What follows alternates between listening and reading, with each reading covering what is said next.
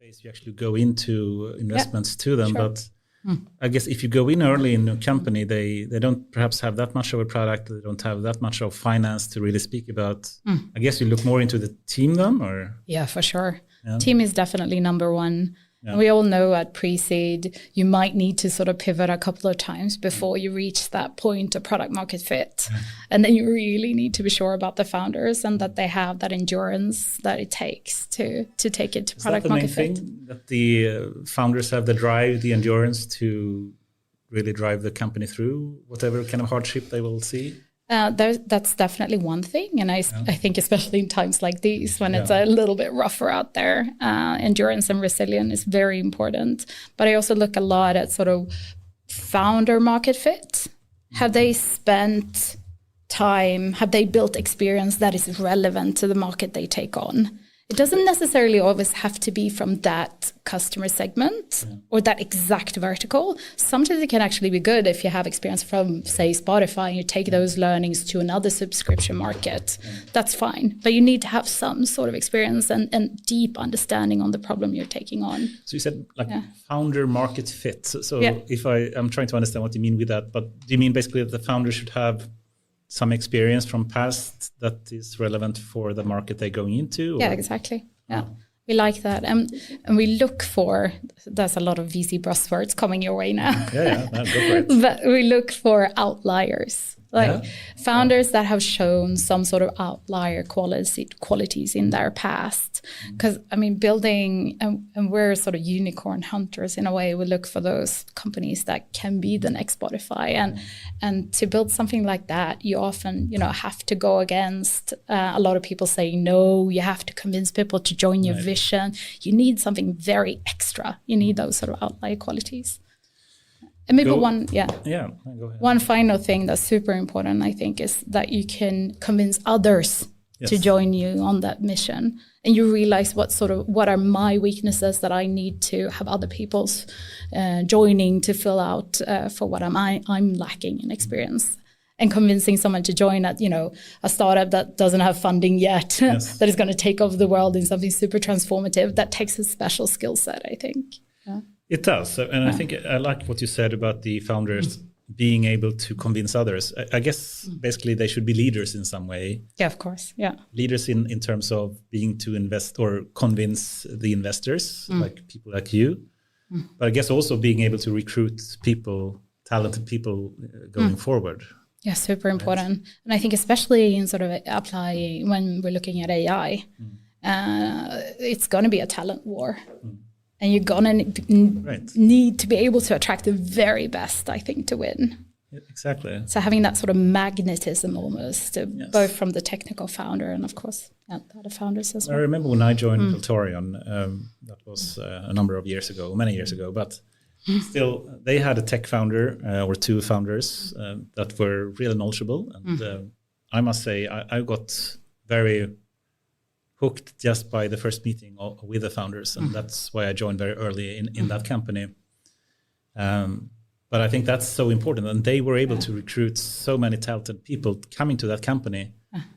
And I think that's some, skill that you mentioned that I think a lot of people don't recognize. Being a leader to convince people, as you said, is probably one of, super important one. Yeah, reaching that talent density early enough, because then it makes it so much easier to recruit going forward. Interesting. Awesome. I look forward to hearing more about these topics. But before that, very welcome here. Thank you. Rebecka Löthman Rydå, if I said that correctly. Rydå, yeah. Rydå, Swedish. You're an investment director at Inventure, right? And a lot of experience from the past in different companies. And I try to look through a bit, the number of boards that you've been on. But, I mean, you're a true professional board member. I'm not sure, how many boards have you been on during the years, you think? I counted number of SaaS boards recently, and that was 12. And then been on a couple of other ones, maybe 15, 16, not sure. Yeah. Yeah, that's truly impressive. But before we go into more of how Inventure works or how investments work or what people should look for when they want to pitch to a company like yours, Can you describe more about yourself? Who is really Rebecka Löthman Rydå? So I'm definitely a nerd at heart, and true sort of sci-fi nerd, and I think that shines through in sort of my investment interests as well. Probably why I ended up looking a lot into sort of data, AI, and these sort of things, and ended up as a VC a little bit by accident back in the days. I started my career in Ernst & Young, then wanted to go operational and worked as a CFO. Yeah. And you worked as a CFO for a time, right? Yeah, for a little bit. Then became sort of interim CEO of this group of companies that had an investment organization as well. Mm-hmm. So I started working a lot more with the investment side of things and really liked it. Mm-hmm. I really got hooked on sort of dealing with the founders and their challenges and being helpful in their journey early on. So then I got the opportunity to do that full time. And how long ago was it that you started doing probably investments? 8 years ago, yeah. Impressive. Maybe even 9. God, getting old. So how was that time? When did you start moving into investments? What happened at that time? So back then, one thing that really stood out was there were a lot less women in VC for sure back then. I had a little WhatsApp group with my girlfriends where I'd send photos of conferences and events I'd go to with all men, take photos of bald heads and, blue shirts and was that a problem jackets. At that time? Or? It was. I think yes. It's definitely always a problem if you don't have enough diversity in an industry. But for you personally, was it a problem to? I wouldn't say it was a problem for me back then. And I had a great sort of leader and founder of this fund that I worked with that gave me a lot of confidence and responsibility and let me grow into an investment role without, just following my own sort of passion and allowing that. So I had good mentors early on that helped me along the way. Awesome. And perhaps you can you just describe a bit more? What is really Inventure? What do they do? So Inventure is an early stage VC fund that's been around for about 15 years, founded in Finland originally. So Finland. Yeah. Interesting. And just closed our fourth fund before summer at 150 million euros. And been investing very much as a generalist. Where we try to be the best is at the early phase of company building. And in the most investments we've done, I think we've done probably near to 100 investments by now. We have 100 investments during how long time? 15 years. 15 years. Yeah. We have been the first institutional VC investor on board. We invested in Volt. They were about 6 people back then. We invested in a company called AIAW that we sold to Stellantis earlier this year. I think they were also 5 or 6 when we invested. So we're used to that early phase when it's a lot about sort of failing forward to reach product market fit. And I think it takes a special kind of investor to get that phase and be the right kind of support through that phase. Because I sometimes see when VC investors come from another background, if it's PE or growth and do their first early stage investment, you end up having someone on your board asking you, why haven't you met the budget? And, giving you a hard time.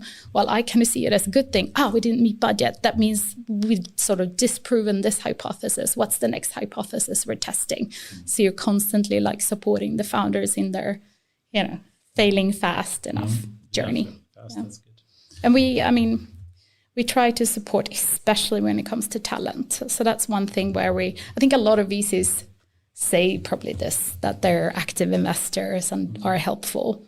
But we try to be especially helpful when it comes to talent. What do you mean talent? Like recruitment? Or? Recruitment. Because it's one of those things we've seen that early on, it's such a common bottleneck to scale fast enough. And it's not just about hiring fast enough. It's often about hiring the right kind of talent and knowing what great looks like when you're a sort of first-time founder.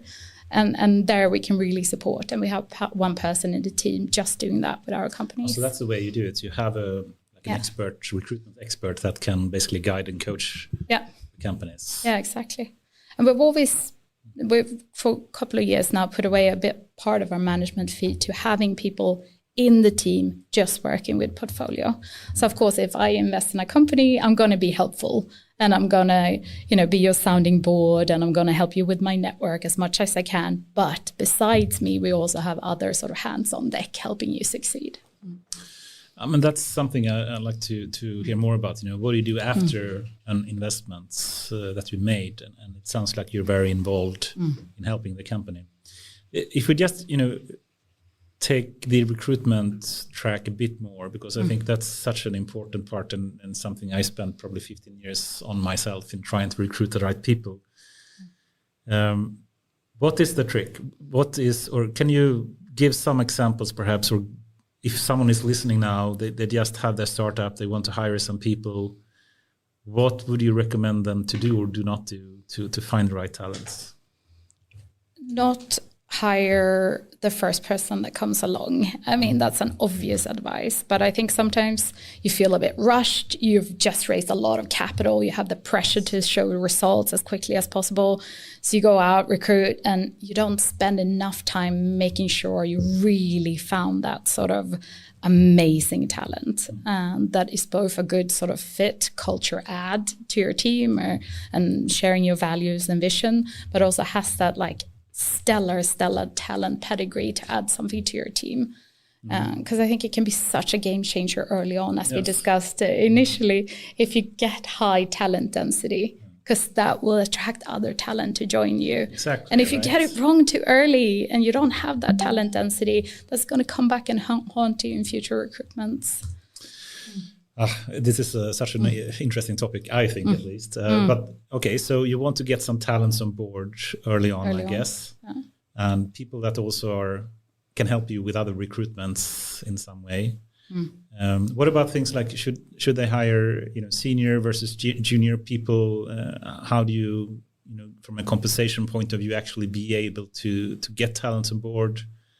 Any thoughts about this? If you take the balance between junior and having more senior people for a startup, let's say, that just got funding from you guys, what should they think in terms of balance, junior and senior people? I think it depends a little bit on the role. I think I've seen many companies do the mistake of too early hiring too senior a sales leader. Yeah. And that I think so often does not work out. Because I think early on, you're always going to have adverse selection when it comes to the best sales people you can hire. Because if they're leaving, if they're a really good salesperson, they're leaving a massive bonus that they're getting in their current company to go to your small startup. Right. There's an adverse selection principle there that often plays out. And I've seen that many times. And I think in the early days, you need to have sort of founder-led sales. Even if you're a technical co-founder, you got to learn to sell. And even more probably if you're building something that's fairly technically advanced, you're probably going to be the best person selling it in the first 2 years. What do you think about the founders specifically in a company? So you could have founders for a company that is an engineer or a tech background, or you can have a more of or economical background or a sales background, etc. What is your preferred, or do you have a preference there, when you look at the founders for a company and how you think they should, complement that with recruitment in some way?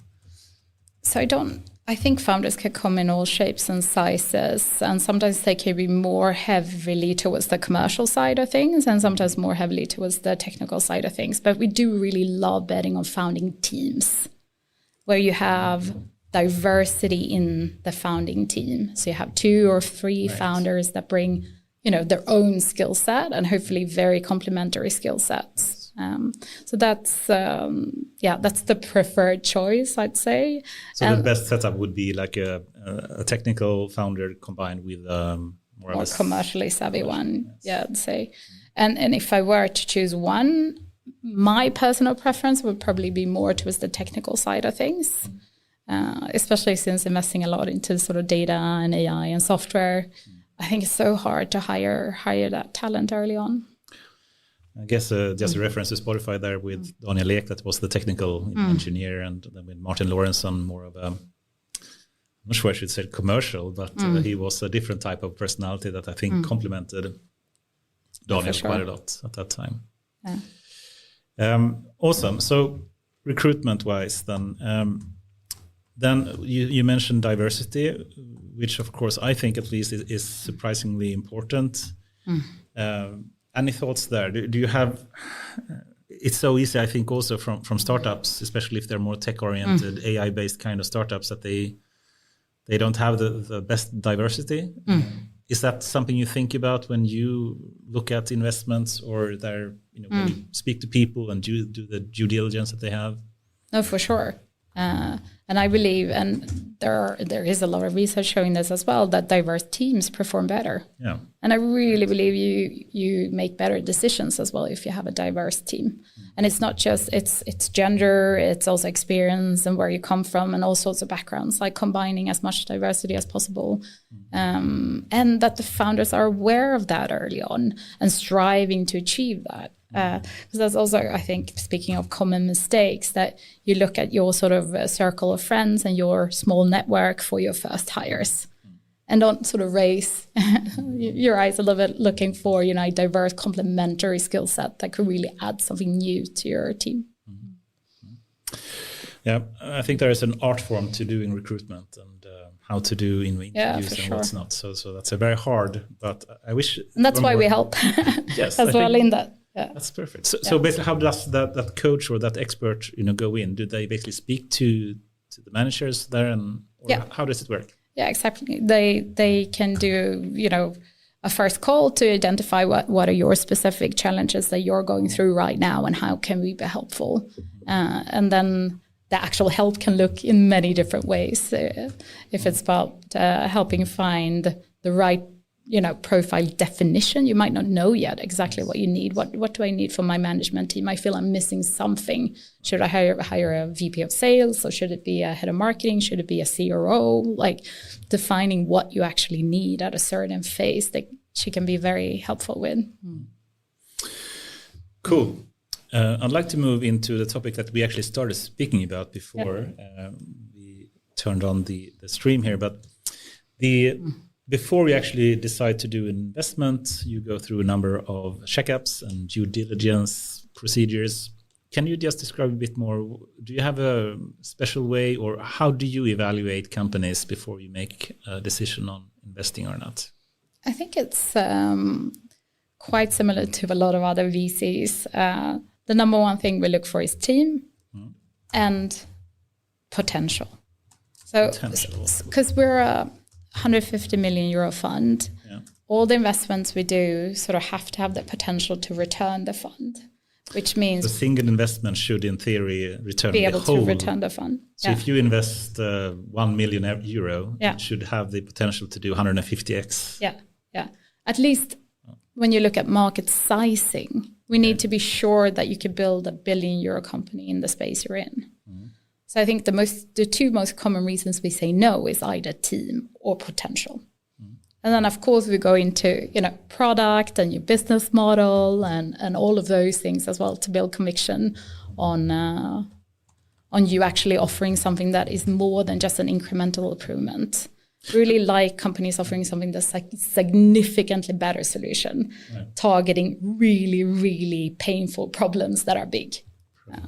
And just go back to what you said, it sounds a bit strange when you hear it, that a single investment should be able to give a return that basically are the full size of the fund. Is someone that said that? I don't recall who really, but wasn't it some person that said that, or is it? I think that's sort of VC math in a way. There, especially at the early phases, we do both pre-seed and seed, and the failure rate is still quite high. Okay. And I think it was Peter Thiel or something that said something similar at one point. Probably. Awesome. Okay, so basically you look through the team, and how do you look through the team then? What do you look for in the composition of the team in a startup that you want to invest in?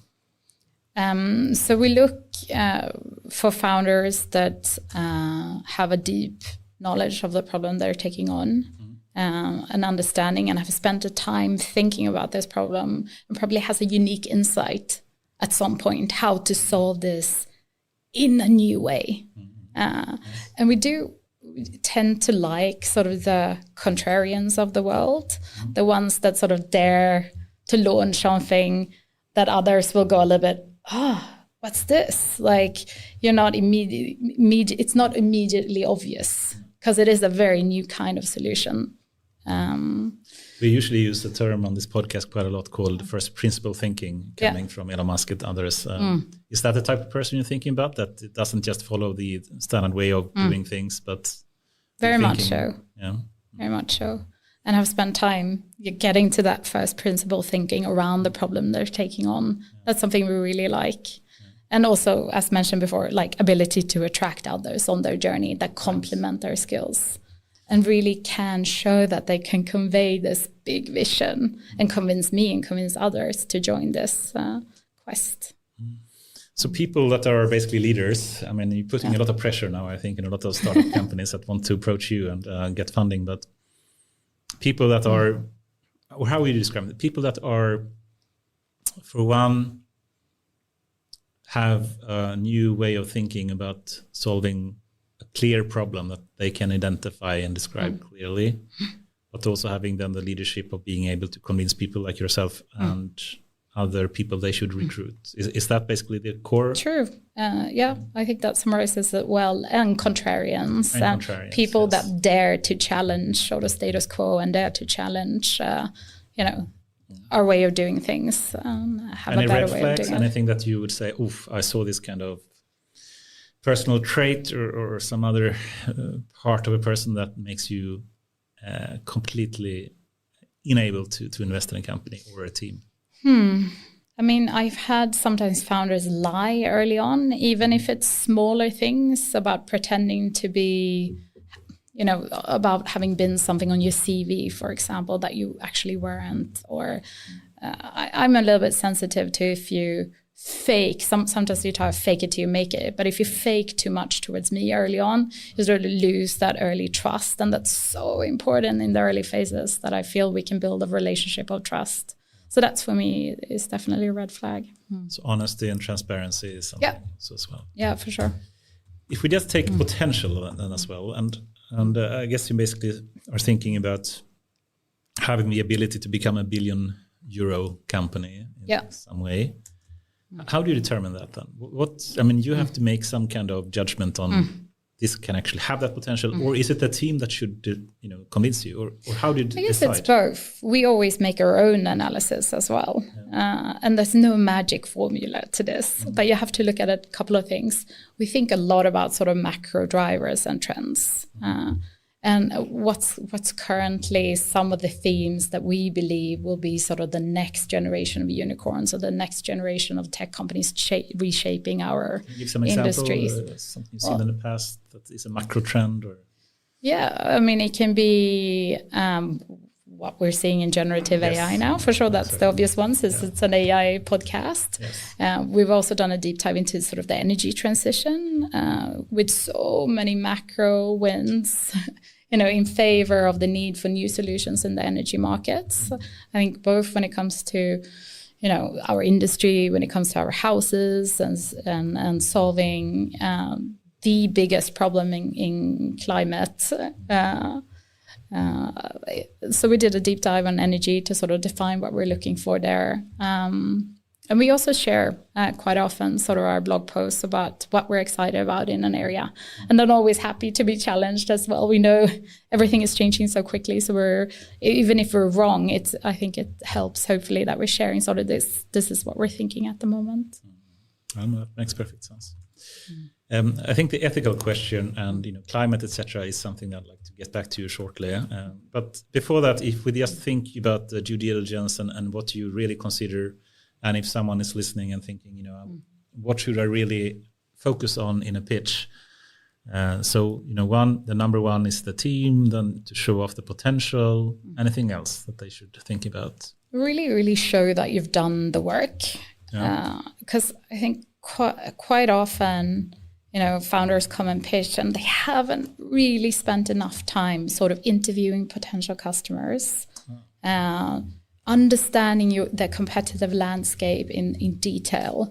I don't want to be the one telling you this is a competitor. I want you to challenge me and say, actually, Rebecka, that's not a competitor. The ones I want to be blown away by their knowledge into their market. Yes. And because I think early on when I started investing, you almost get excited when you can add a lot of knowledge and advice to founders early on. Now I'm kind of the opposite. I kind of want founders to challenge me and show that they have more knowledge than me in this specific market. Oh, perfect. So thinking more than on the ethical side, do you have any such considerations saying that you would not invest in a certain type of company in a certain sector, or do you have some sectors that you are especially fond of that you may not think have the best team or the best potential, but you still think is important from a more ethical point of view or moral point of view to invest in? What's your thinking around like ethical considerations? I mean, our LPs have put requirements on us as a fund that we can't do certain investments into like weapons or tobacco, pornography, or these things that are clearly sort of, at least for us now, I guess on the weapon side, defense is opening up. Some LPs are becoming more favorable towards that specific segment, but we can't do that. Okay, so you still can't do that, even though it would help like Ukraine or something in not if it's weapons, no. But yeah, so we do have those requirements. And then I would never do an investment just for the ESG if it didn't have the team and potential. Like you mentioned, you still need to return your fund. So we would never do anything that we didn't believe could have that return potential. Okay. But something that you perhaps are still, is a bit more biased towards investing in. Is it something that you do prefer to say that we really want to help climate or something else? Well, yeah, we are an active investor into climate tech and sustainability in general. And about a third of our fund will actually go towards sort of climate tech and sustainability. Yeah. So we are actively investing and looking for investments in that. We've invested in a company called AIAW AI that does energy, actually a bit of AI in that one as well, energy optimization. Super interesting. If we move to a bit of a different topic, and this is the one that I am personally rather interested in as well, and I guess you focus on the Nordic market, or Nordic, new Nordics, which is Baltics. Okay, including the Baltics as well. If we start with the question, like, how do you rate the new Nordic market compared to the rest of the world? If you take it like for one, startup climate, and also the current state of the larger companies that do exist there. You see what I mean? Or I can elaborate further. But in general, what do you think the current state of the Nordic market is? We're still, of course, very excited about the Nordic and Baltic market when it comes to startups. And we're seeing that the ecosystem over the years we've invested has matured a lot, especially in sort of Sweden and Denmark, and also beginning to do so in Estonia and the Baltics as well. That you're seeing this talent dropping out of some of the big unicorns to start new companies. Yeah. Similar to what was happening and still happening, of course, in Silicon Valley. Once you have a crucial mass of unicorns and of these sort of highly valued tech companies, you have enough people who have seen that journey and gone through that journey, become inspired to start something on their own, and with the experience, having gone through, a fast growth journey, that gives a very nice ecosystem of founders coming. Because if I just give some of my own thoughts here, for one, I think, we have rather good educational systems in Sweden and in the Nordics. And we have a lot of people coming out of universities that are highly skilled. I think also we have a rather good startup climate, especially in Sweden and in Stockholm. But then if you look in Sweden and Europe in general, there are very few high-valued tech companies. And if you compare it to the US or China, they have a few number of extremely wealthy tech companies. What's your thinking there? Why is that the case? Why don't we see any, we have some, high-valued companies in Sweden, I guess, like Spotify and Klarna and the Skype and whatnot. But still, it's not to the scale that US and China has. Do you have any thoughts about that? I think compared to the US, it's also a maturity question. We have been a little bit behind when it comes to the whole ecosystem. And that also means that I think there's more potential in Europe and the Nordics now. Because in the US, we've seen sort of the peak of the investment cycle. Well, here I think there's a lot more potential. But unfortunately, I also think we've seen quite a lot of talent drainage to the US. Yes. I mean, if you look at, for example, some of the most successful data and AI companies in the US, often the talent is from Europe or from France, like Snowflake and Databricks. Databricks founders are Swedish, like we discussed before. Yeah. So we have lost a lot of great companies, especially in data and AI, from Europe to the US. And I think because the access to capital has been so much better in the US and still is. I looked at, I think it was this week, or if it was last week, I saw the number of capital invested into generative AI the past 3 years, I think it was. And 5% have been invested in Europe. Really? Out of 5%? All of the capital. I think it was 1 billion compared to 22 billion or something. Mind-blowingly small in relation to all the capital going into generative AI. And then, of course, there's a lot of, not all of those 22 billion going to turn out successful. There's a lot of hype in this as well, but some will. And I guess the likelihood that they're in the US now compared to Europe, if 22 versus 1 is being invested into companies there. Yeah. And of course, AI companies are seeing that. Maybe I should start my company in the US instead, because obviously that's where the investment is. Investment in terms of having venture capital, I guess, venture capital, in a large extent. But and great to see that you actually are supporting them, the Nordics, and are trying to counteract, I guess, this kind of imbalance that we're seeing. And I just want to say I very much agree with what you said, that once a company starts to become rather successful in Sweden or Europe, one of the US tech giants are usually just acquiring them, and we have a brain drain or talent drainage, as you said, to other companies, and that's sad. Do you think that will continue, or do you think we will start to catch up in some way in the Nordics? I hope we will catch up, and I hope that we'll see a lot of the VC funds that are now active in the Nordics survive these tough times, because I think we need that. We need that VC tech startup ecosystem to really, really flourish for a couple of more years to really build that strong enough ecosystem and make sure that survives. Yeah, I mean, good. I mean, I think you said also that it's potentially an advantage to then invest in the Nordics, because we have a potentially higher potential to find the companies here, or do you see it as a mainly negative side or a positive thing, but we don't have as many highly valuable companies in the Nordics? Is that an opening for companies to?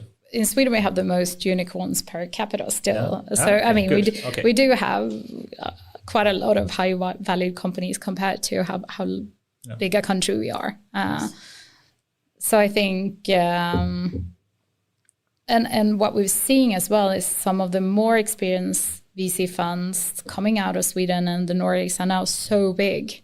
They more and more need to look outside of the Nordics and building their organization all over the world these days, which sort of leaves a little bit of a gap for someone who's the most active in this local market and want to be that sort of local lead that you have on board early on. And that's the gap we're planning to fill. Awesome. So you mentioned also that it is currently a tough time. And I guess you're referring to the war or being post the markets or the market. What do you mean with tough times? Why do you think currently it's a tough time?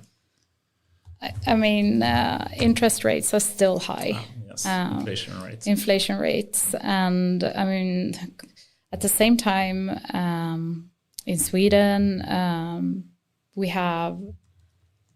I think, pending almost housing bubble as well, right? Yes, with 60% of households sitting with flexible interest rates, which is hurting them a lot.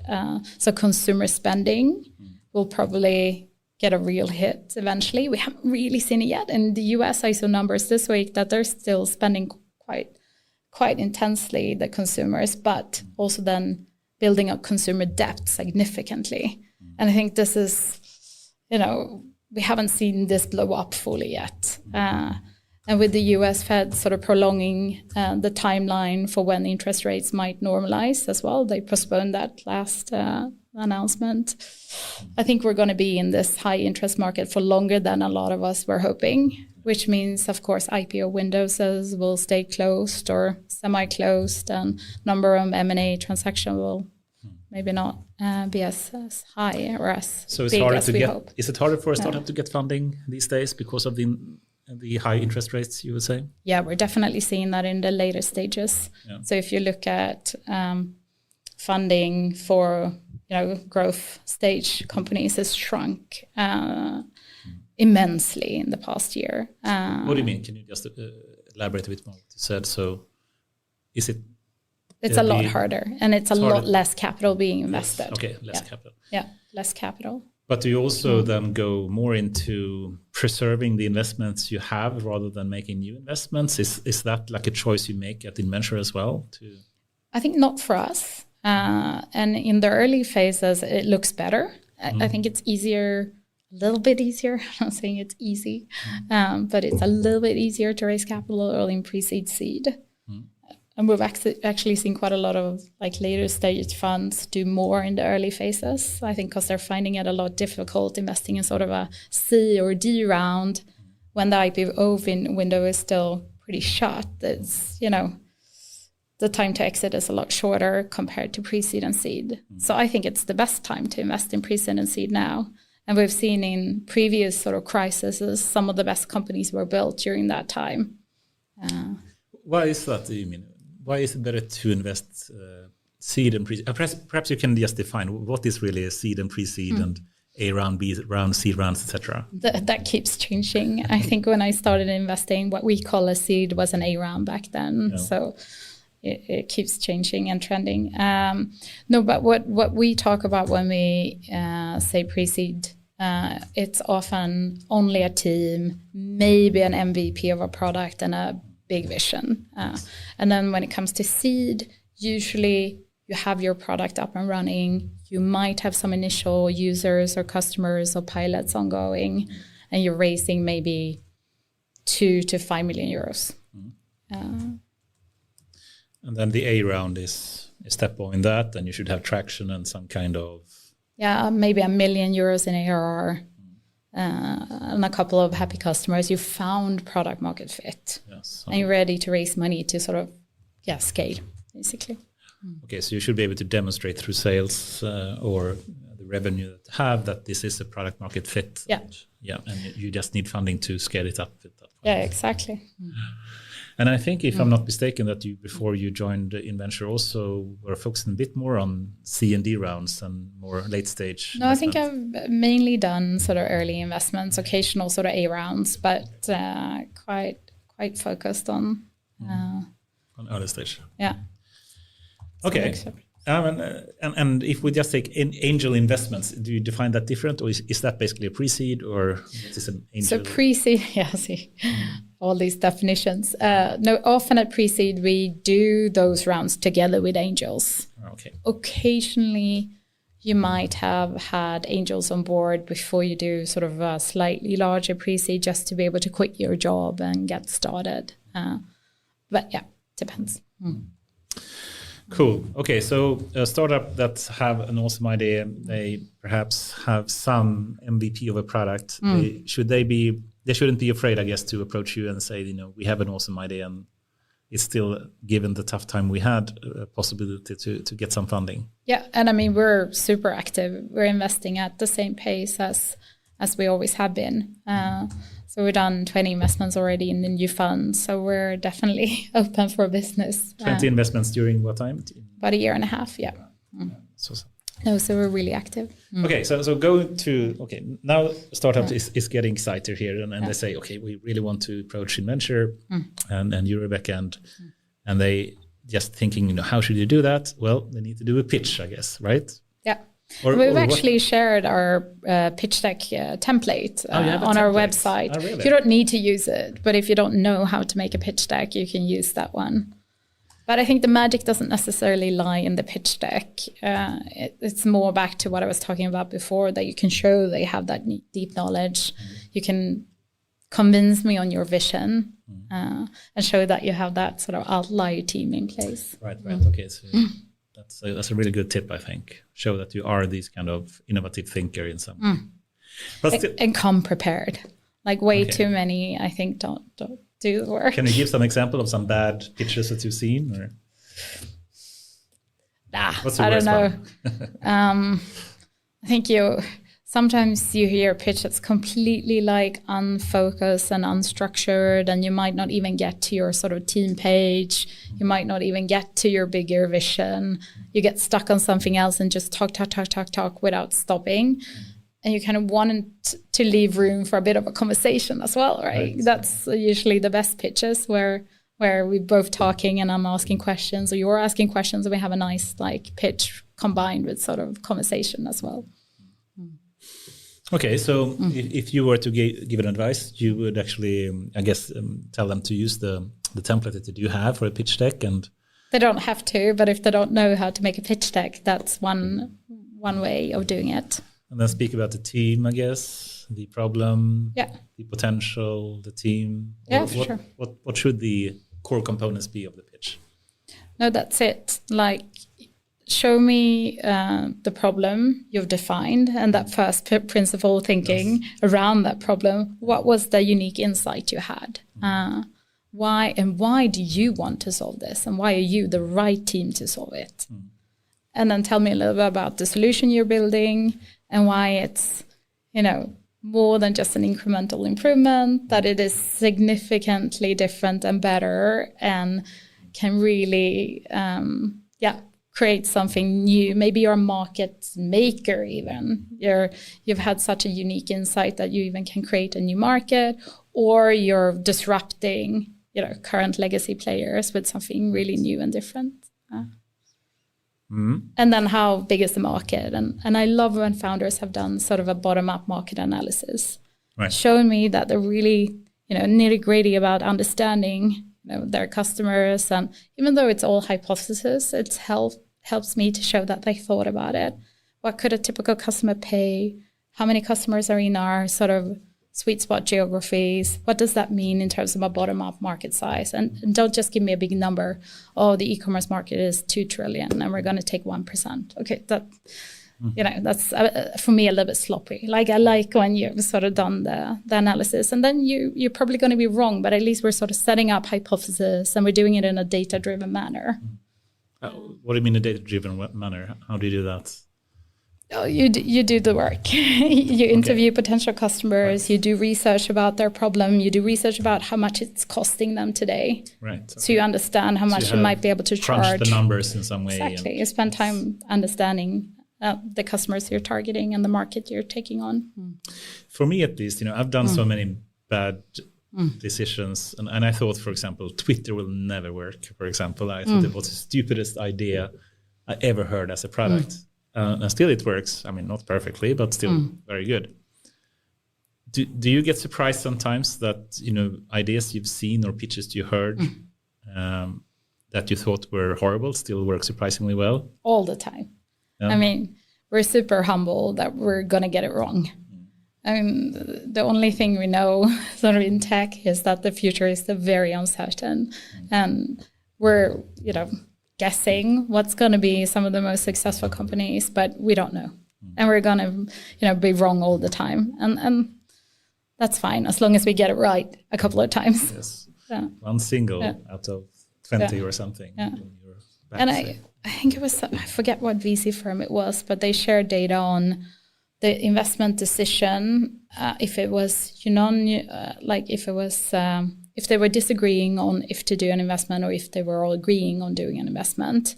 And then they compared that to the result 10 years later. And more often, the cases where you're disagreeing on an investment was more often successful. Because I think the Spotifys of the world or the Twitters of the world or Airbnbs of the world, they're not going to be obvious the first time you see it. Right. So it's always going to be hard to know if you're right or wrong. because I think it's such a revolutionary or transformative company you're about to build. And it can either be not successful or very transformative and very successful. And at the point of investment, it's almost good if it's not obvious. It's good if there's a bit of disagreement, because I think then that means it's a, potentially disruptive. Yeah, potentially disruptive company.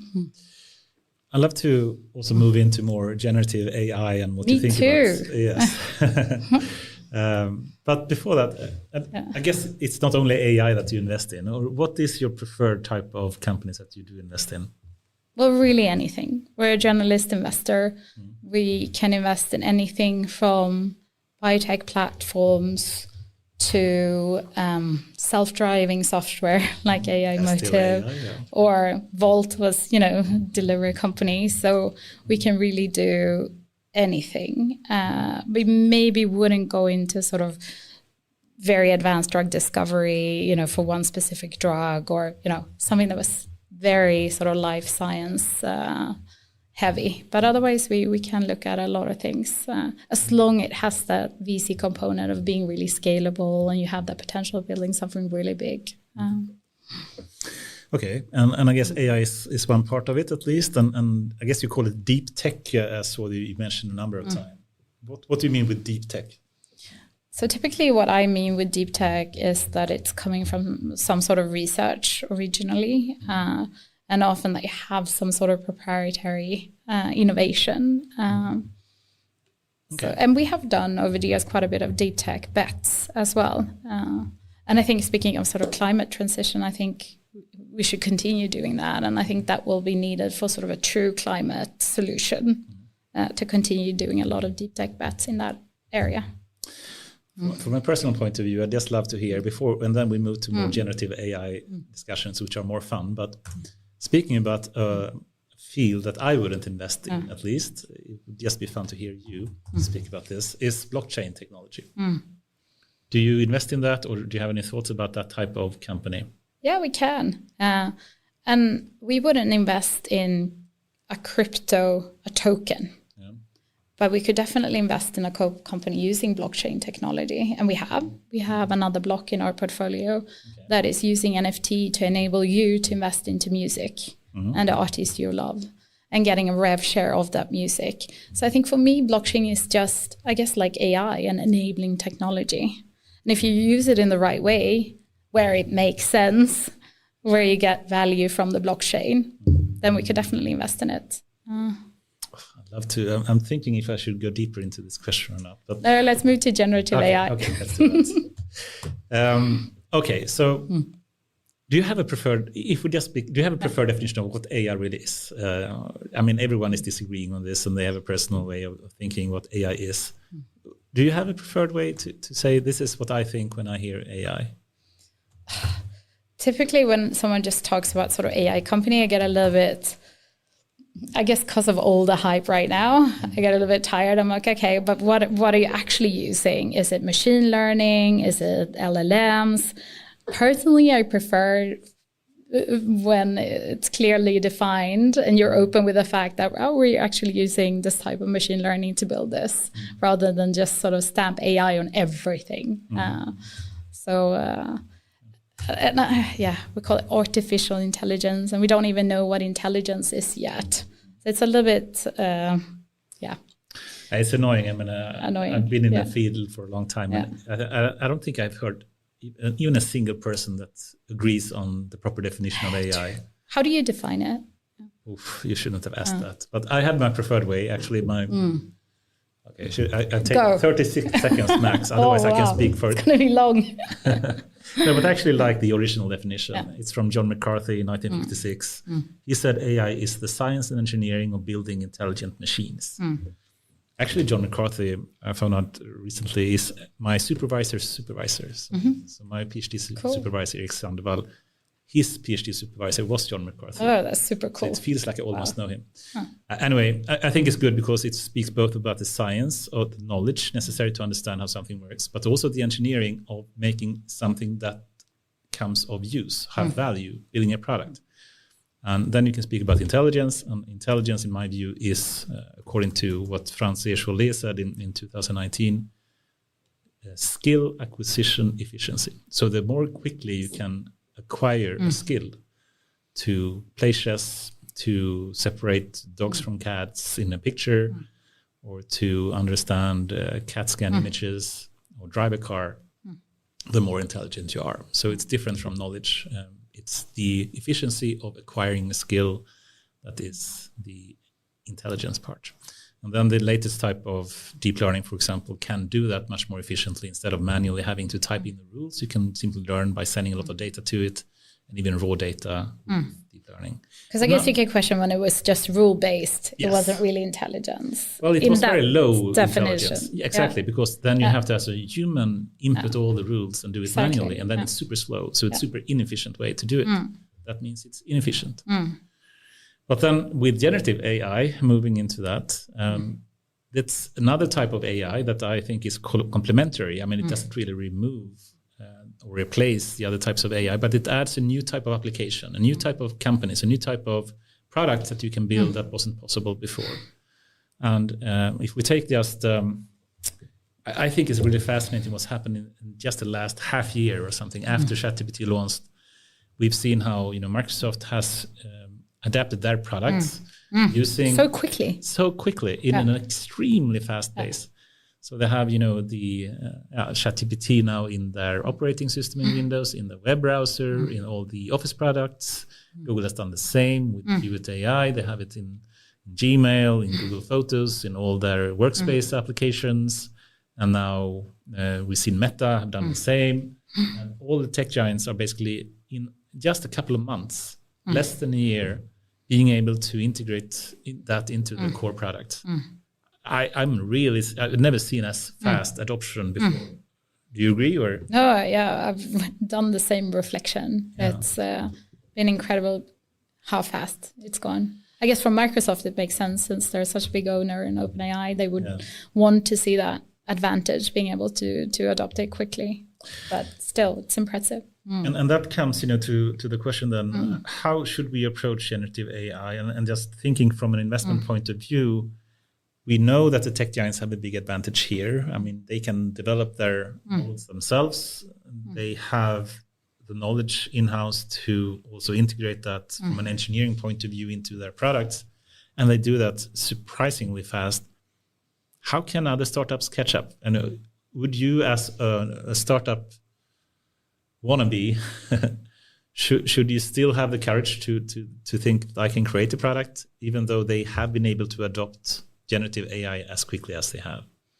I mean, just because Microsoft has built in AI into their products, that doesn't stop you from a startup to use AI as part of your solution, taking on a problem. It's back to basics again, right? Do you have that first principle insight into a massive problem that you want to tackle, and you see the need for a new type of solution that Microsoft hasn't solved? Yes. That's when you start a company, right?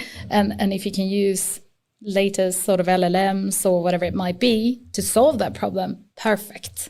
Then that's a great opportunity to go after. So I think it doesn't necessarily stop startups. Could it even be the opposite, perhaps? I think so too. Yeah, it could be that actually now, when you have these kind of large language models or these foundational models that can now handle more than text, it can be image and audio and everything at once. Perhaps it actually makes it easier to come up with more innovative startup ideas, because it will simply start from very high level, so to speak, directly. I agree. I think it will accelerate prototyping. Yes. Yeah. It will be a lot easier to iterate and get to an MVP product. Yes. So I actually think you might need less capital early on to build a company, but then you might need more capital later. Because that's also going to mean there's a lot more companies out there, probably, because it's a lot easier to start a company in the vertical you're taking on. So you might have more competition down the line. So you might need to raise more money to sort of scale that company later on. But I think, yes, in the initial phase, you will need less, and you'll be able to prototype a lot faster, which is really valuable. It is, right? Yeah. I'm almost thinking sometimes, you can take the whole cloud movement where, before, instead of having to buy your own machine and manage them, simply using the existing cloud providers, and not only them providing the machines, but all the tech stack they have above that in how to run applications in Lambda mode or whatnot, and run cloud or data pipelines and train models. Everything is provided as a prepared service. Makes it so much faster to come up with a prototype that you can start to experiment with. And perhaps you can think of these kind of foundational models as just another extension of having a set of tools, services that you can use to quickly just prototype on and build applications on top of. It is similar to the cloud, I think, innovation in a way. Like, we weren't skeptical to someone building on top of Azure, or, we didn't talk about sort of AWS wrapper or whatever, but we're skeptical to someone just be building on top of OpenAI. And maybe that's a little bit narrow-minded. Maybe we need to look at this as a new sort of platform technology that people will just build on, prototype on. Because very few startups can build their own foundational model. No, and shouldn't. Yes. No, it's extremely expensive, of course. So perhaps that is a new platform simply. Yeah. Then the one that can be the most innovative on using that platform for whatever problem that they identify, then that can be the edge. Right? Yeah, exactly. Back to the basics there, like having that problem you want to solve. And also, I think more and more important to have access to relevant data that you want to use for your models. And also what we talked about earlier, having that talent density even more important, I think, in these sort of AI projects. Cool. So we should be excited and happy that we have this kind of generative AI models in the open space, right? I think so. I think we will see a lot more innovation and companies due to this. I think so too. It simply speed up the phase of being able to quickly build a product. And even now, given that these kind of foundational models can even program for you, you can just simply tell them in English or Swedish, please build this kind of website, or please have this functionality and whatnot. And that's so much faster in prototyping, having a product being built. Right. Cool. Just moving a bit more into the post-investment phase. You mentioned a number of things before, like you have a recruitment coach, expert, or whatever you call it. What happens after someone successfully lands a deal with Inventure? What do you do then?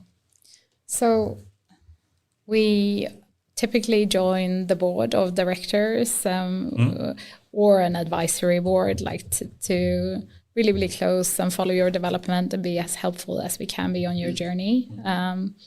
We always make like a plan together, setting where do we need to be when we're going to raise the next round, and what are the key success factors getting there, and what are some of the short-term and longer-term goals that we want to reach. Right.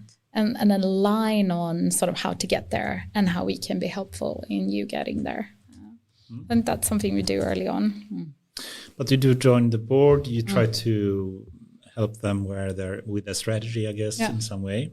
And sometimes actually it's about letting the founders do their thing as well, letting them be, because you might not want an investor wanting meetings with you every second day when you're like heads down building your product and iterating.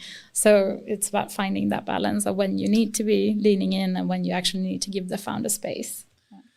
Yes, and I can, I'm trying to phrase myself without really showing what I mean here, but in the past I've had experience with some investors that do micromanage, I would say, the company to an extent that is really bad. It can really be hurtful, I think, for a lot of companies. So how do you think about that balance? Do you? It sounds like you are thinking about this as well, not to get too detailed in their strategy. Oh, of course, yeah. No, I think that's important. You need to let the founders do their thing as well and give them space when needed. And I think we often take pride in sort of trying to build like a very strong relationship of trust with founders, so they do feel they can also tell us, I need space. Yeah. And you have that, relationship where you can call each other and sort of say what you need, both ask for help or ask for space or share sort of both successes or challenges with you. So that's something we always try to do. And I think that's super important in the early phase, being an investor, that you have that relationship of trust with. Yes. Yeah. Okay. It's time for AI News, brought to you by AIAW Podcast. Yeah, also, do you want to? Now I think you can start. I have actually several short ones this week, so I want to stop with that. But you want to take them last, or? Yeah, I want to take them last. So we haven't even talked about what's exciting to invest in generative AI. You're not finished yet. Okay, good. Because I want to hear your thoughts on that. I want good tips here on what to invest in. I have a couple of thoughts, but you guys probably have as well. Good. We get back to that shortly. Okay, good. So this is just a middle break. So to speak. Okay, let's do news. Okay, so actually I was surprised and positively surprised that one of your ideas of a news article was Mistral. So I'll let you have that, and I'll take another one. But do you have any news article then that you would like to speak about? Something that happened recently in recent week that you find exciting? The two things I wrote down was Mistral and them releasing their latest model, showing really good performance results early on, which is exciting because I've been a little bit, skeptical. Like, do we really need like a local European LLM? Does this actually add value? But looking just how much more efficient and cost efficient it seems to be, and it seems you can use it quite easily for sort of fine tuning your different use cases. It's quite exciting. And I'm a lot more sort of optimistic towards Mistral in general after seeing this launch. You picked my top article as well. Yeah. I will have another one now, but I think also this is one of the top articles now. And the reason I think it is so interesting, and just to give some more background around this, it's a French company that they got funding, I think, this summer, a huge amount of funding. 100 million, in seed. Yes, very early on. I think it's the biggest, like a record funding, at least for a European company. Yeah. But they also had funding from the French government, I believe. And then a number of other very knowledgeable people, like I think Eric Schmidt was there as well, the Google exec person, and a lot of other Google and Meta people. I think they had also one of the top persons from Meta that actually built or worked on Llama, the Meta model, coming there as well. So they have a very impressive investment team, and then building this model that actually is beating all the records. Even the small, only 7 billion parameter model, beating Llama 2, even at almost double the size with 13 billion. But I think what's extra fun about this, not only that it's also open, open for everyone to use, but it's actually a European one. And it's not an American company. Yeah. And what excites you about the European angle? Because we haven't seen one before, right? I am so lacking and missing. Yeah. Yes, I think so, very much. I think there is we usually call it an AI gap here. So there is a big gap to these kind of big tech giants that we have in US and China. They are so far ahead in terms of the evaluation and the money and the capital they have, the talent and knowledge that they have, the infrastructure they have, the data they have, the users they have, which makes they can build products that quickly get adoption extremely efficiently because they can simply integrate them, which actually adds a moat to an extreme. I actually agree. I'm just trying to be a little bit provocative. No, but I can see that. Yeah. So I'm really happy to see a European, and not one that is bought up by a tech giant. Like DeepMind was European, but then it was bought up by Google. Exactly. But this one is still not acquired by a tech giant, and it is still a European startup. And I hope it stays like that. Give it another year. Yes, exactly. No. Yeah, that one I think is super fun and exciting. And anyone that wants to try to use AI in their own organization should really look into Mistral AI. And they have this kind of instruct model as well, which is fine-tuned for chat purposes, etc. Super cool. What are some of the use cases or applications where you think their model will be especially good? Yeah, I think many cases, but like summarization apparently was one that was surprisingly good, if I recall correctly. But then with the instruct version of the model, that means basically it's basically aligned with human values, with reinforcement and human feedback. So it can be used for whatever kind of chatbot experience you want to have. But then if you simply want to have it from a knowledge retrieval point of view and say, I have all this data in my internal company. I now want to have a way to just find that information quickly. This one is actually one of the best ones today that can do that without sending the data to OpenAI, Microsoft, or Google. So it seems surprisingly efficient. And that should be a really important USP, like being able to keep the data in Europe. Yes, yes, and also for a lot of companies, they have a lot of high security demands, and if you go to the medical sector or whatnot, you can send the data over to an American company, and you need to keep it safe and secure, and then you have to resort to these models. So having something that is open source in this way, we'll see what their business model will be. I guess they will add some kind of. Because now it's free, right? Yes, the first one. I haven't really seen what the business model should be or is. Have you heard anything about that? No, I'm not sure.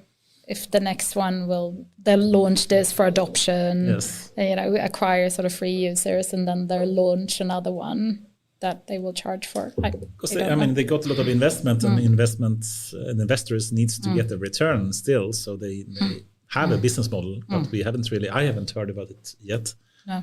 I guess there will be some kind of enterprise license or whatnot going forward. Who knows? Oh, for sure. Awesome. All right. So I have some variety of news, and I will make them very short. One is actually in your domain. Visa recently launched like 100 million. New generative AI venture fund that Visa, the credit card company, here in Europe. It's actually and you can see it it's actually from US. So it's actually oriented towards companies that are developing AI technologies and applications that will impact the future of commerce and payments. And this is very interesting actually, because I had a fantastic lunch yesterday with one of my favorite people in here in Stockholm as well, and we will have a discussion about that, because I have a question for you a little bit later on about the future of e-commerce and web pages. The second news was actually I had a great conversation with one person from BP this morning. He will be coming on Data Innovation Summit and presenting. So he told me about something that I didn't know before, which is actually the first neural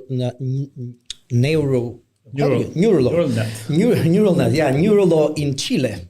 So Chile is the BP, first, like the British Petroleum. They have like an awesome guy who is working with ethics. I'm super happy. But Chile is the first country actually to become to legislate the neural technologies and include brain rights in its constitution, which means that technologies basically will need to respect the sovereignty of a person, physical sovereignty, their brain, and everything else. So you cannot develop or they cannot use any technology that can actually use the...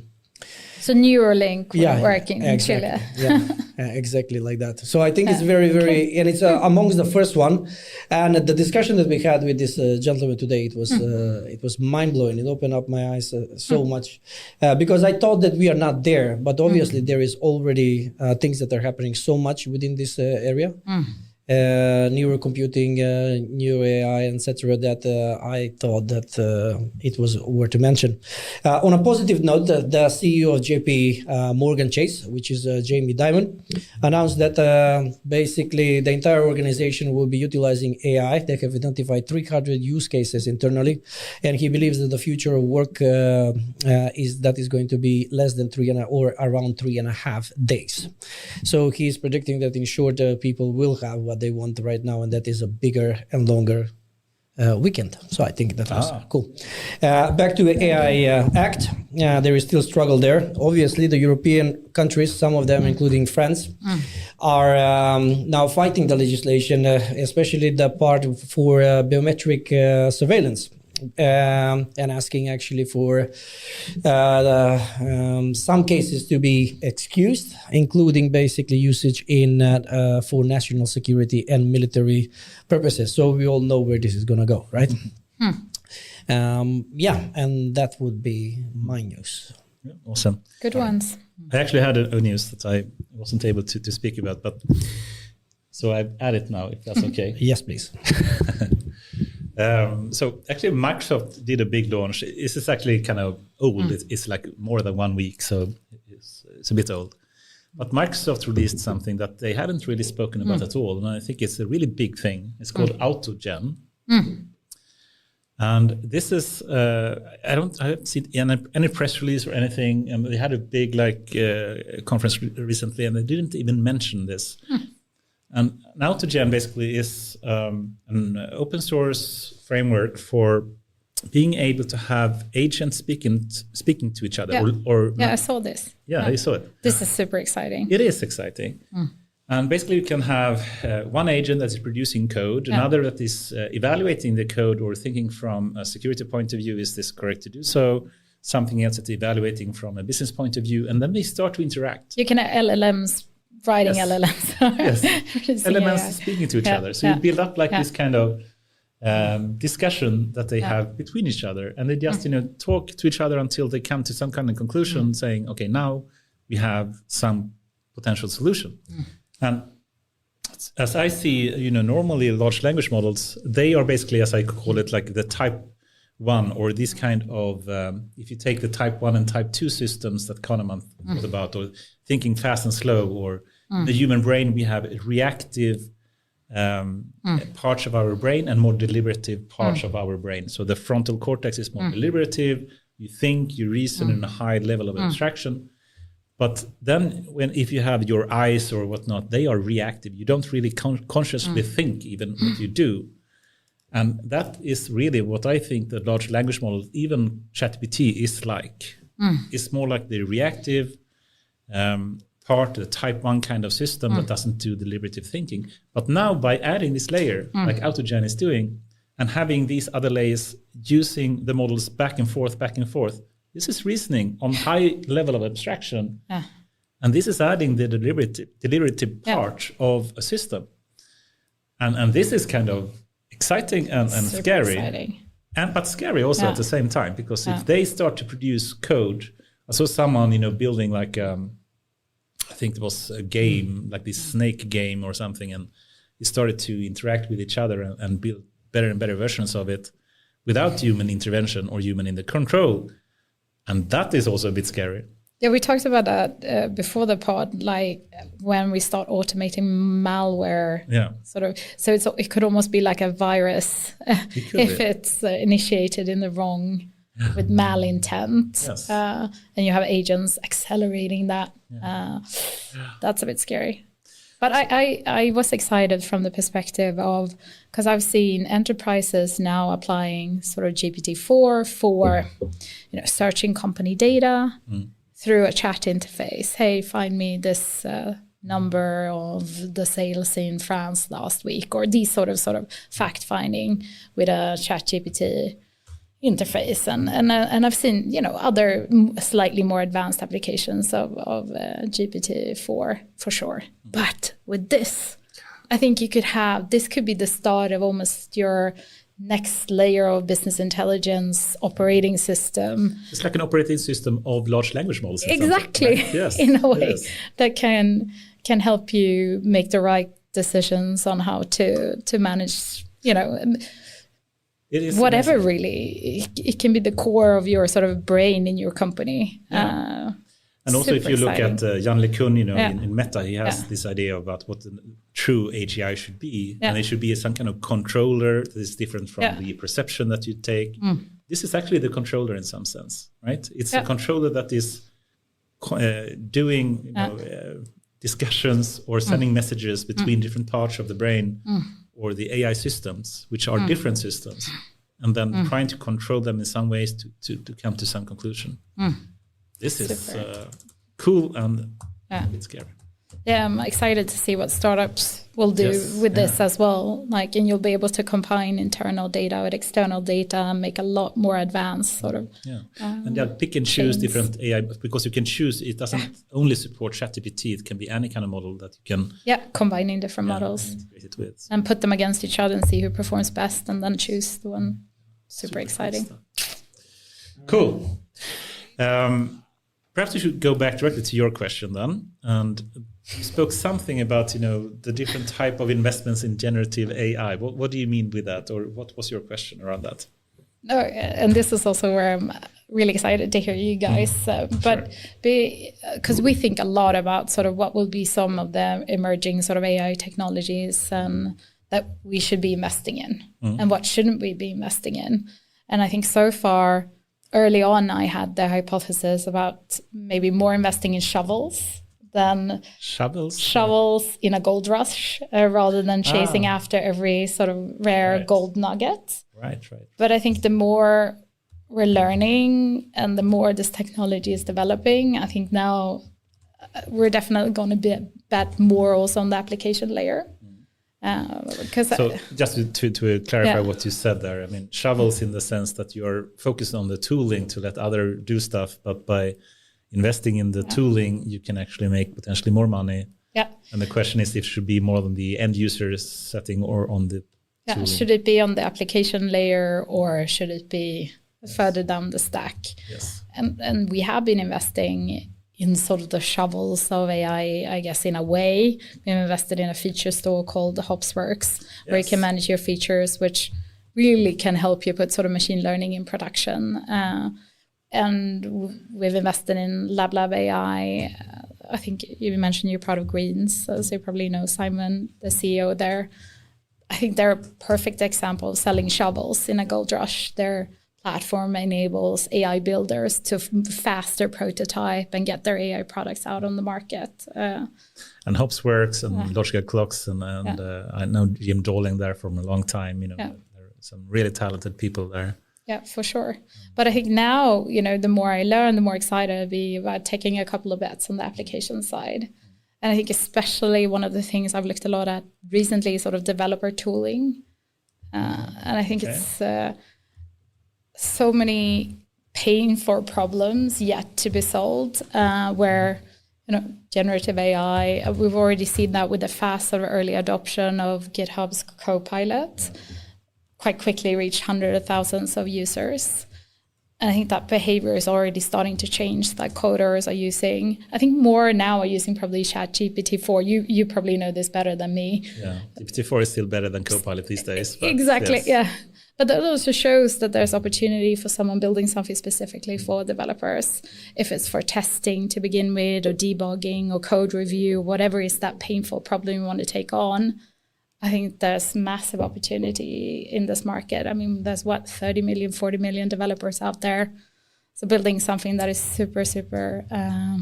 But I think the developer market is interesting here. And I'm a engineer at heart. I call myself number one an engineer, second a scientist, and thirdly an investor. But I love programming. I think it's super fun to build something and feel that I get something out that can be of use in some kind. But I also get a bit scared when looking at the code generation possibilities now with AI.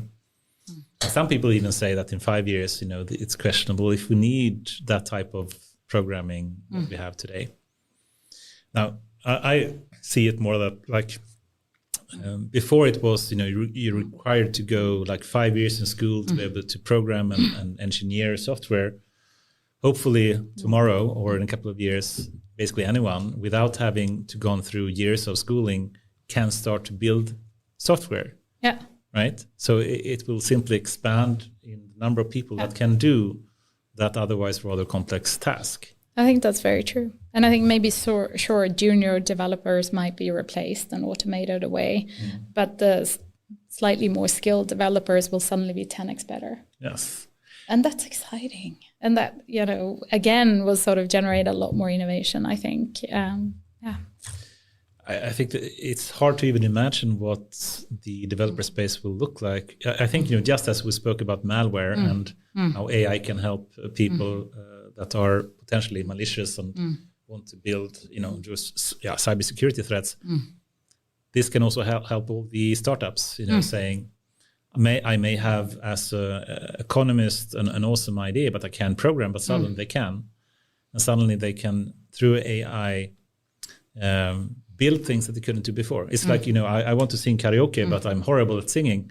But with a proper AI helping me, I can actually perhaps sing a song suddenly. I think actually he can sing, but he's choosing Charlotte Pirelli, which is a little bit on a high C. So that is a different. It's about optimization.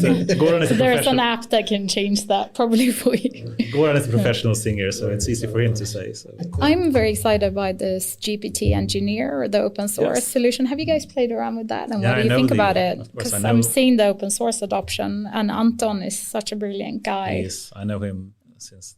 What do you think about that solution?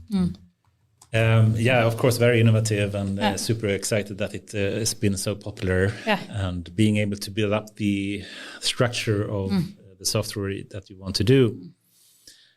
And then, that it's like a first layer, I would say. For sure. And we will. I think that can expand to so many other things. The question is, in the future, what do you do? Let's say you have a car. Doesn't have to be Tesla or whatnot. Or let's say that you have even a toaster or a fridge, and you dislike, the way it turns off the light or the way the temperature is being increased or not.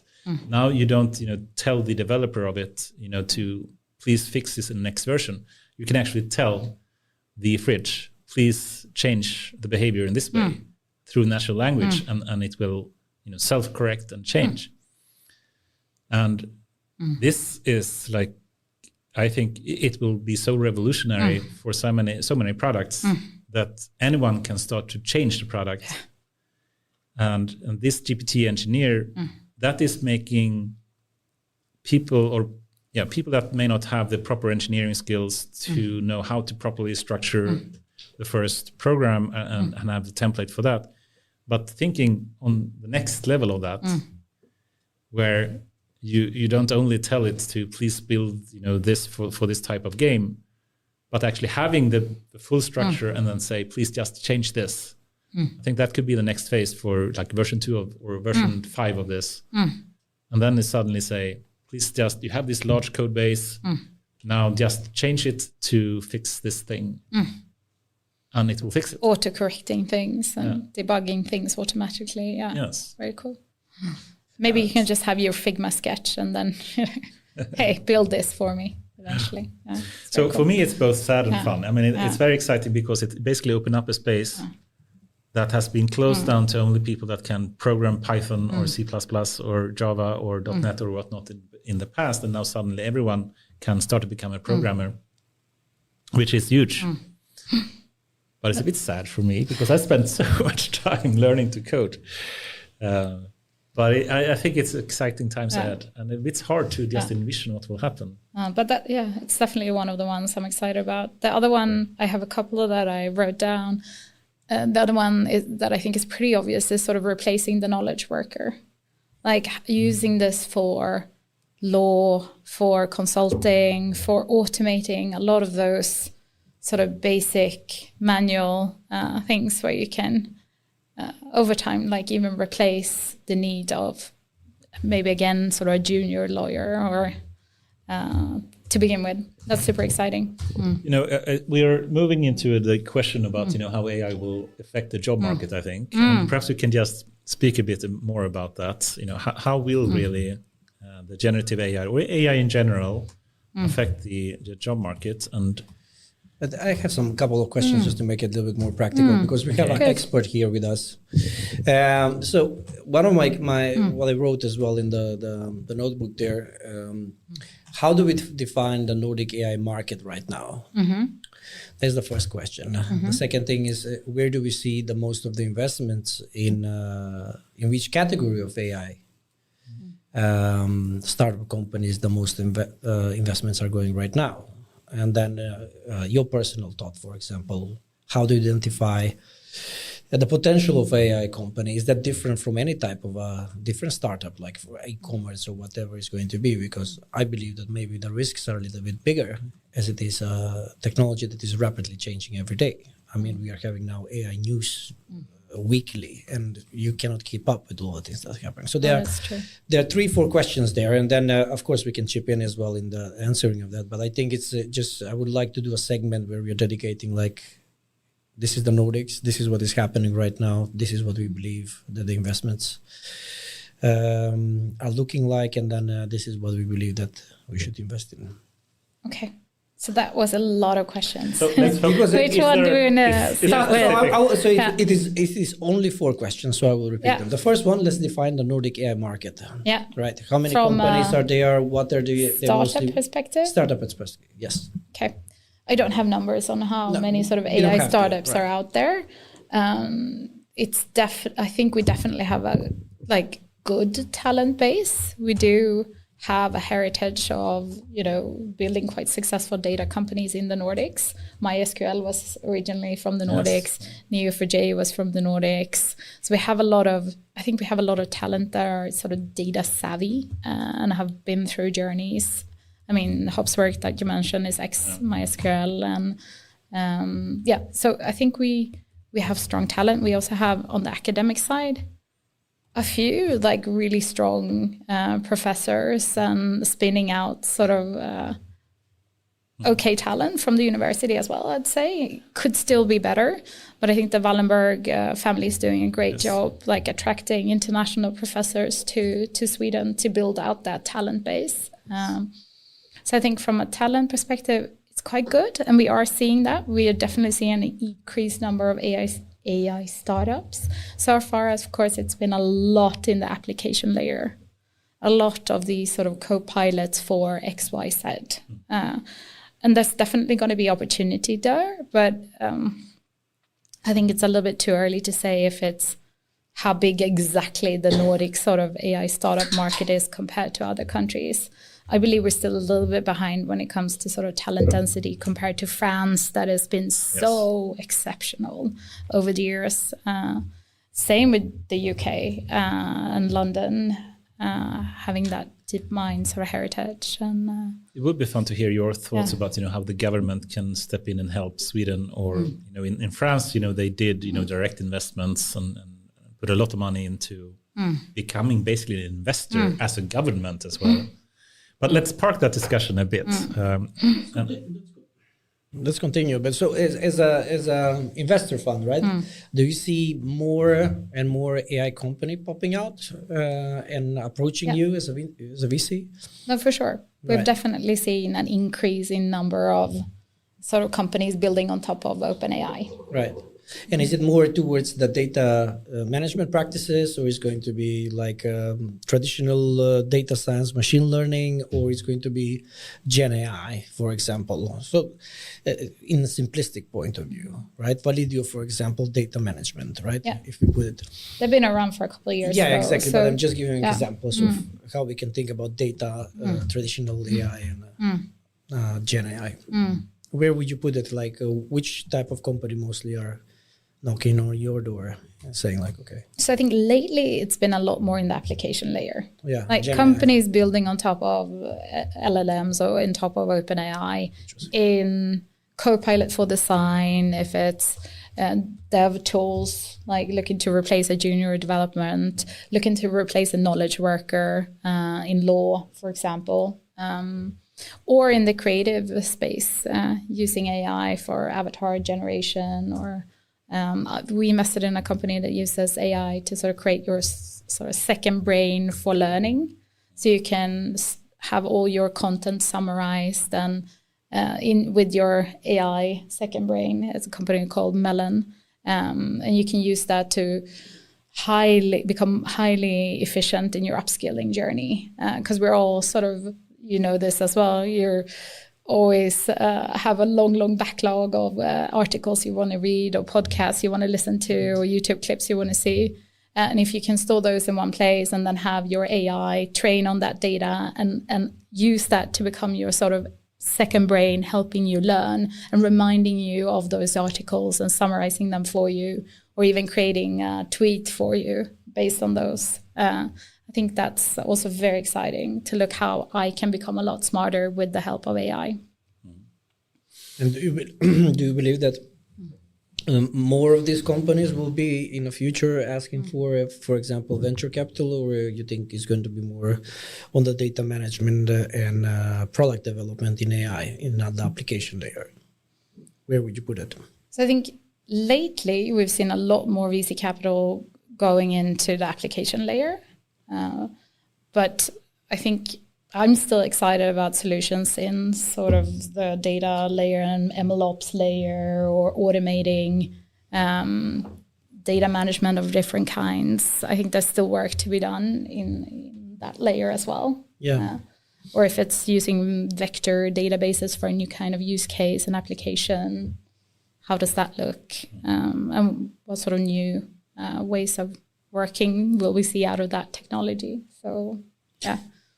I believe that is that will be my as well understanding, because I think the application layer is the hottest right at and Visa is investing 100 million in the application layer, if you see it, so it's completely normal. It's a lot more crowded, and if you look at the Y Combinator companies lately, there's a lot of these co-pilots for XYZ. Yes, I imagine. a lot of these companies. It makes sense because it's the easiest way how to make money, right? Yeah.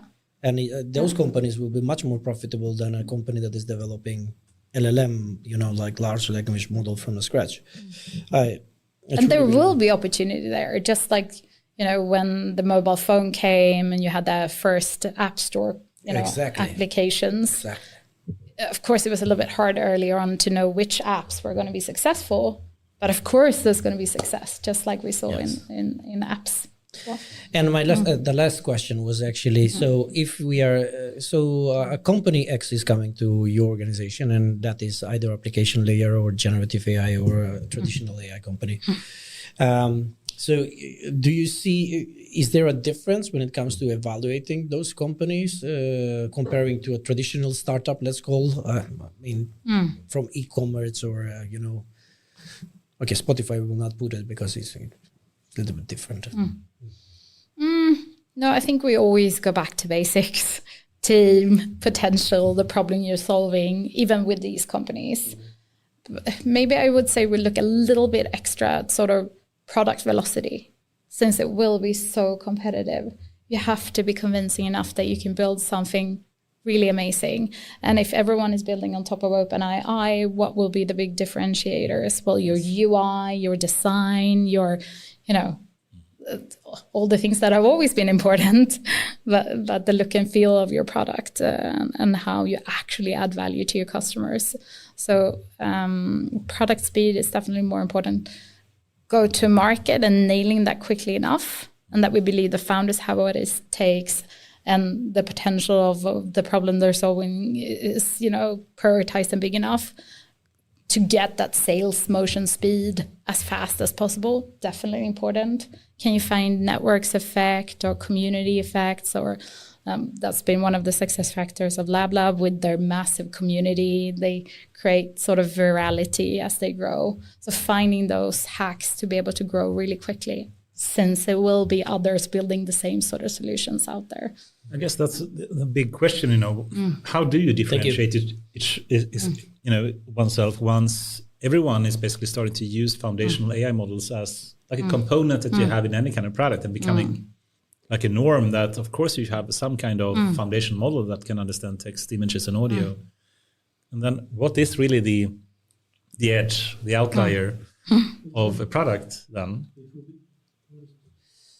I guess it will be the value that you're providing to customers, right? Yeah. It's the same like when you mentioned the iPhone and opening the App Store. So you have the platform, you can create the app, but some apps fail and some are very successful. So depending on it's what like Oliver said, when he was here, it's still the same kind of criteria. Like it's just, is it a problem? Yeah. Does it have some kind of product market fit? Will it be of value for some users? How big is the That's problem? what I said. Yes. You have to go back to basics. It's not different just because it's AI. And I think it's important to note that LLMs or Gen AI, that's never a reason for why now. I don't think that's necessarily always a good sort of argument. You still need to make sure, you tackle a problem where this can be a significantly better solution using Gen AI. it's still the same sort of logic as with any other company. Yeah. Last question, and that is not my question. You said that 3 times now, but okay. Yeah. I have 4 questions, man. I posed it, but I have a question from a reader, actually, from a viewer. This is from Larry. So it's about like early mid-stage companies, basically, where the focus is on short-term sales and heavy client prototyping. He says, like, with limited sales bandwidth, how do they solve the long-term and high-risk business development initiatives, and does venture capital help lean this challenge? Does venture capital help you sell? So I guess it's like, so you're in a early mid-stage company, you're developing a product and you're trying to sell. It's not going very, it's going slow, but you still need like quite a lot of money basically for or heavy business development plans. For example, we want to grow. I want to have 6 salespeople. I don't know. I need a couple of developers. I need to reach out to new markets or whatever it is. So I'm just translating. I guess that is what is the question, and how can VCs help in that? I guess one way is through money. Like by raising capital, you can build out your growth team. You can hire the salespeople and the marketing people you need to expand your services somewhere else. So that's one. And then, of course, we've seen, I mean, one of the advantages having an experienced VC on board is we've seen this done in 100 companies. So with no sort of common pitfalls as you're expanding your go-to-market. So the experience behind the fund or the VC. For sure. So hopefully we can help guide you in sort of avoiding some of the common mistakes and help, guide you into a good sort of go-to-market strategy without telling you what to do, but like asking good enough questions and helping you find that go-to-market plan that makes sense for your company. Thank you. Awesome. And I see the time is flying away here, and we're trying to keep this not too long kind of podcast. So perhaps we can move a bit more into philosophical or to answer questions. And just thinking about what we spoke about before is we can see that, systems, products, technological solutions is getting more and more cognitive, if you call it that. They can at least work with large amounts of data in a certain way. They can perceive and understand things rather well. They can do even creative tasks surprisingly well.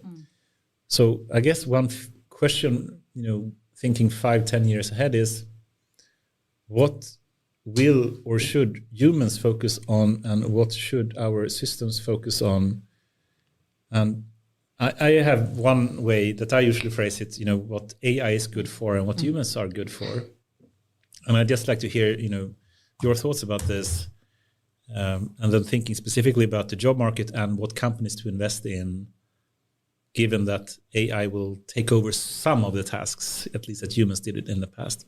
So for me, at least, AI is really good at, as soon as you have some large amount of data that you have to go through, that's really bad for a human. They can't go through thousands of pages of text in a quick way, or hours of videos or whatnot, but an AI can do that. And it can find, just a ChatGPT that basically have all of internet, packed into a number of computers, and it can just, recall parts of that huge memory that it has in a way that no single human ever could. It can basically process data very efficiently. So the ability to just go through huge amount of data is something that AI seems to be really good at, and humans don't. And then the question is, what is humans good at then? Well, I would say that, trying to do the high-level reasoning is still something that the humans do better. So my thoughts on this is, if you want to think about the best company to invest in should be in 5 years, it's something that use AI for what it's good for, parsing a huge amount of data in a shallow way, and then still having users, humans, I guess users are usually humans at least still, that they are doing something they are good at, going through, or doing the analysis in a deep way, putting things in a context, and hopefully making a decision. Okay, that was a very long-winded question, but what do you think will happen?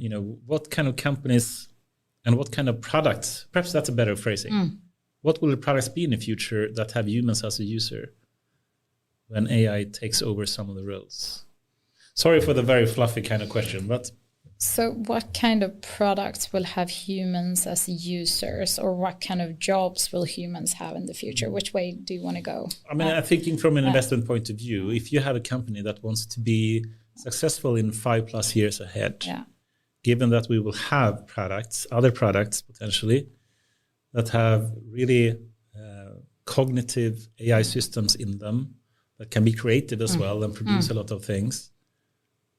I guess we should, as an investor, think about products that are proper in 5 years and suitable for humans then. Sure.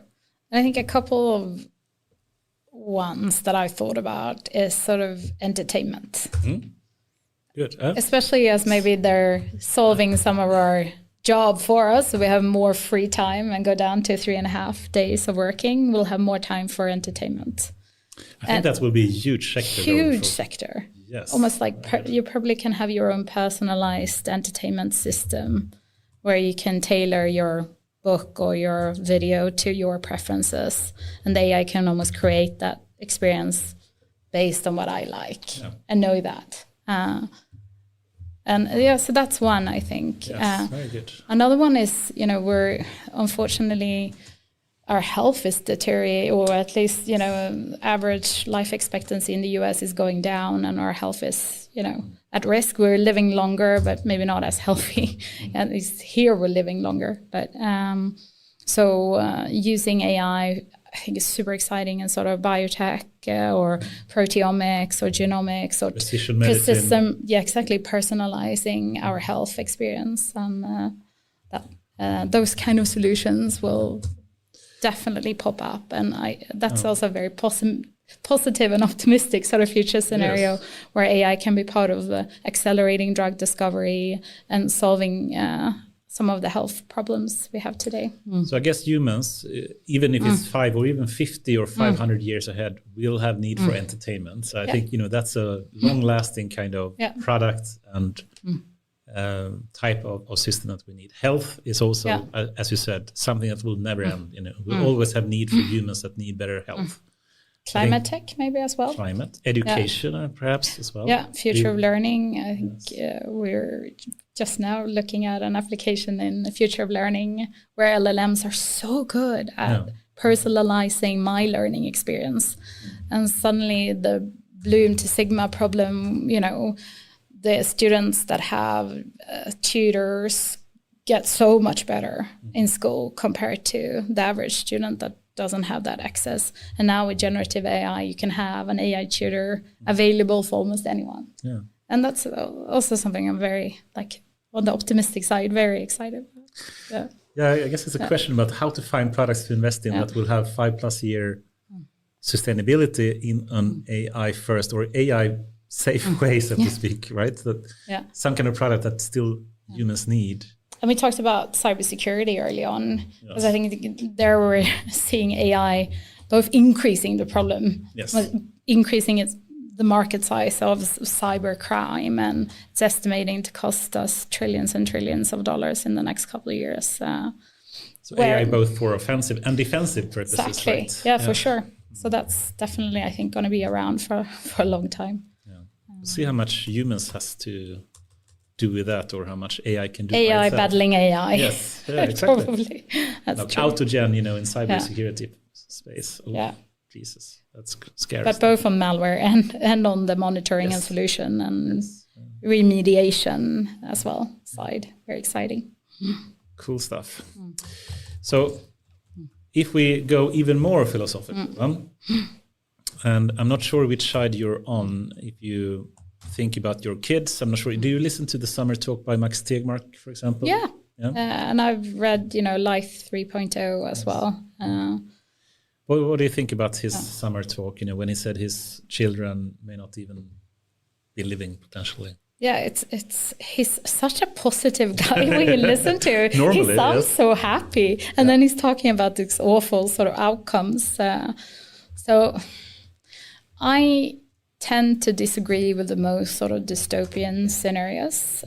Actually, the very first time I got into AI was about 4 years ago, when a friend of mine dragged me along to a Nick Bostrom debate with Daniel Dennett on sort of will AI be able to mimic consciousness? And then I read his book on superintelligence. And I guess the problem here is it's impossible to say it's never going to happen, that we're never going to reach AGI, because I think... What do you think? We will get there, but I don't think it's going to happen in the next, 50 years. I'm more pessimistic on it happening near term. I don't think it's going to happen with the current LLMs. I think we'll need a new type of model structure for this to happen. That can still pop up, but I think 50 haven't seen it. What's your year?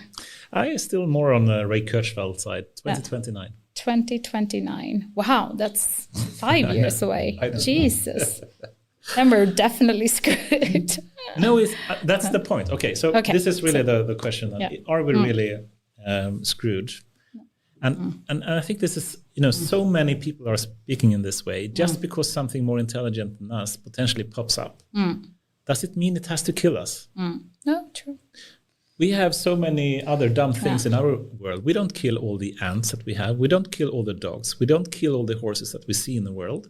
Why should we? We've killed off quite a bit of animals that are not as smart as us. It's a mass distinction out there. I think we have killed a lot. We've killed a lot. Yes. I mean, gorillas wouldn't be alive if it wasn't for us. We have saved a lot of animals as well. And they're pretty intelligent, We do keep a lot of species alive just because we want to have them alive. So, of course, if something gets in our way, we may choose to say, I just killed this mosquito right now because it's in my way. But to say that something that is significantly more intelligent than us would necessarily want to, perform some kind of human extinction, that's strange to me. And I would even say that the more intelligent something becomes, the more civilized something becomes, the higher probability is that they will rather have a more civilized manner. So usually the way let me phrase the way stop the way I speak about it. You spoke about the dystopian future. And if we just take these two extremes, one is the dystopian kind of Terminator future. Once something becomes out of control, we have the singularity that Ray Kurzweil, I think, says 2040 for when that will potentially happen. And that means basically we are out of control. We can't even stop it. I mean, we can have super intelligence earlier, but we can still control it. But there will be a point where we potentially cannot control it anymore, similar to Terminator and Skynet and these kind of things. And that could potentially happen. And then we have the other utopian future. I call it sometimes, or I think Elon Musk called it the future of abundance, where potentially our children will look back and say, 50 years back when my parent was, alive, they had to work 40 hours a week. That's crazy. And they had to do horrible jobs that they hated to do. And they went and had horrible, problems with their health. And it was they worked for money. Time. Sorry? They worked for money. Yeah, they worked for money. That's so stupid. I mean, that could potentially also be the future. And that could be more of a paradise kind of future where we do the things that we choose to do. And we don't have to work for roof on top of our heads or for food or for education. That will all exist. No, I also think this is possible as a future scenario for sure. And I think it's Catherine Marshall who talks about how the future of the workers we actually value the most might be the workers we're valuing the least today. That the caretakers of our children or the nurses of the world or the ones taking care of our elder care, they will be the most highly valued in society. But they were, right? Yeah, exactly. I mean, until 30 years ago, even 20 years ago, they were the most paid people. So it was a accomplishment for you to be a doctor or to be a policeman or to be a teacher and etc.